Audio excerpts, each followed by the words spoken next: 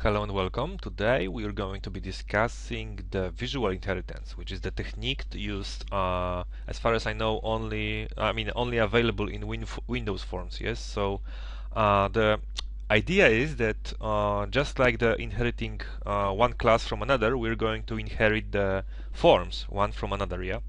To show this, have prepared the sample project. I call this visual inheritance. This is the default Windows Forms project, yes. So I only changed the name of the form, yes, to top root form, and placed some buttons on the form, yeah. So we have the OK button, yeah, and the cancel button, yeah. And on click, I have assigned the message boxes, yes, to indicate that I click on this, yeah. So if we run it, I can see this is the uh, simple form, yeah. We click OK, so make sure that everything has worked, yeah. The whole idea is that if I create a new form, I'm gonna add it Windows form, which I'm gonna call it a child form. As you can see, that this is the normal form, yeah, and instead of inheriting from the form, I'm gonna inherit the top root form, yeah. And if I just rebuild the project and look at the designer of this, so you can see that the form has the size now of the root form and has these buttons, yes. However, if I click on this, you can see that I am not actually able to do anything, yes, because the properties are all grayed out. So this is the idea, is that the form is generally inheriting all the visual representation of the root form, yeah. So if I go to the program CS and change this, so on the startup I open the child form, you can see that if I click this, you can see that everything is working, yes. However, from the caption, you can see that this is actually the child form, yeah. So this is the basic usage of the visual inheritance, yeah.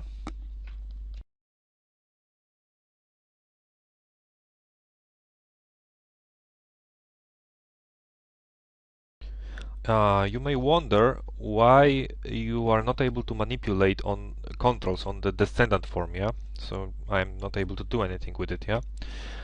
The reason for this is that the top form, generally all the Windows forms controls are the private, yes, in the class declaration, yeah? So if we go to the code and look at the initialize component, you can see that this controls are actually private, yeah. So if you want to manipulate usually you want to manipulate the events of the controls, yes. So on the descendant form, you want to have the custom on-click event, yeah, not the default on-click event, yeah.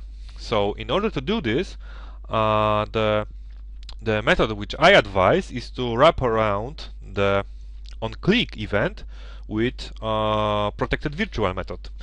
Yes, so if we do protected virtual void on cancel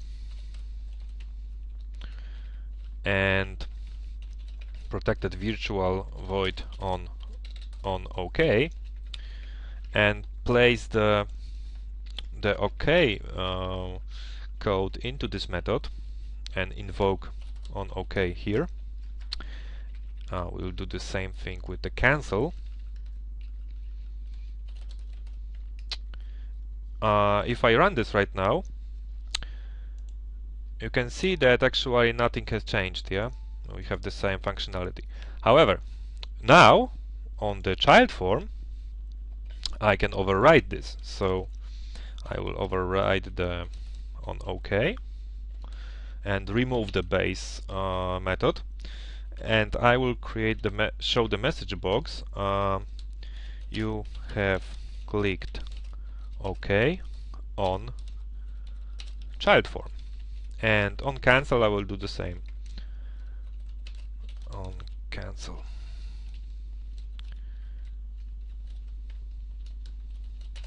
you have clicked cancel on child form.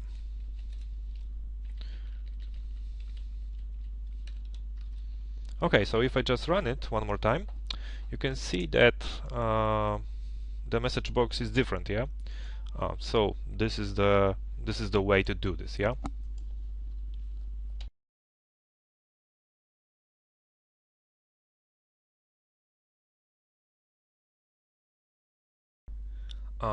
So when using this technique, the visual inheritance, you have to be extremely careful what you are writing in the top classes. Yes, so I will give you the just an example what might happen if we go to the root form, and let's say I want to put label, yeah, but the label will be generated from the code. If we go to the unload event of the top form, yeah, and I will create a simple Windows label, yeah. The label will be my label. This label text will be a simple label. I will make the doc to fill and make the text line to middle center, so it actually in the middle, yeah, and I will add it to the controls collection of this form. So if I just run the top root form, you can see that the label is actually on in the center, yeah. However, this is obviously not shown in the designer. However, if we click on the child form, you can see that label magically is magically inside the child form, and you may wonder why this is happening. The reason for this is that if you use the visual inheritance, if we go to the code, designer actually goes through the initialize components of this class and initialize component from the top root form, yeah. And inside this code, you can see that the load we have the event, yes, assigned to the load, yes, and this code will also be executed, yeah. So the way to avoid this is that we have the switch, yes, in the form object, and this switch is called design mode, and this is the Boolean value, yes. So if we are inside the designer, yes, so right now we are inside the designer and this value will be true, yes. However, if you run this, design mode will be false, yes. So if we are in the designer, we want to leave this method because we don't want this to be executed, yeah. And if I just rebuild it, you can see that this label is no longer existing, yeah. So this is the one thing that you have to be aware, yes, that this code will be executed, yeah. And this of course apply to the on show as well, yes. If we do this on show, on shown I mean, yeah, if we copy this, my simple label on show, I will call this, rebuild it. So you can see that on the child form, you can see that the label is appearing, yeah. And we can handle this the same way as we handle on load event. So if is in the design mode, return it, yeah. So if we rebuild this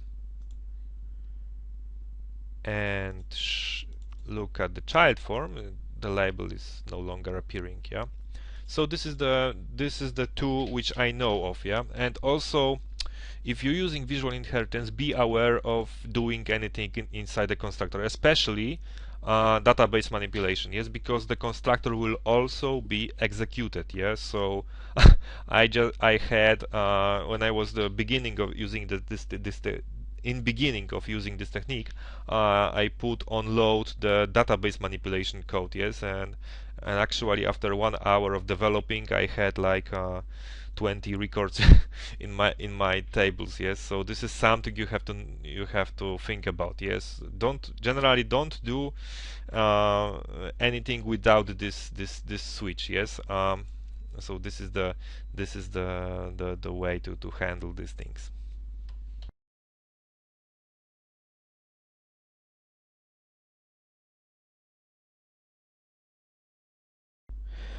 Okay, so I have shown you the basics of the visual inheritance technique, and what I advise you is to practice with this. Yes, because this is very useful. I use this in my commercial project. However, I have shown you the controls placed on the designer. Yes, usually when I do the commercial projects, I do the control placement inside the code. Yes, so generally I have, if we look at the top root form, yeah, generally I do this on load, yeah, and I have chain of execution. Yes, so I know exactly what will happen, yeah, what in what sequence it will happen, yeah.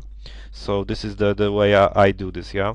Generally I don't produce any controls on in the designer, yes, because I found this, especially on the Visual Studio 2008, I found this to be very buggy. Yeah, so this in Visual Studio 2010, this has been improved. Yeah, but generally I don't trust this. Yeah, and I also this method, yes, actually works on the events, yeah, this design mode switch. However, I had some problems using this inside the constructor. Yes, so generally I don't do anything GUI related on database or database related inside the constructor. Yeah, so this is something you have to look at if you are using this technique. Yeah, so if you like, you can build your own form tree, yeah, for your projects. Just practice this, yes, and until it becomes stable. Yes, don't use this in any commercial project. It's because when I was starting to use this uh, whole form tree just collapsed. Yeah, so so generally you have to be very careful about this. Yeah, so this is generally everything what I have to say today. Thank you for watching, and till next time.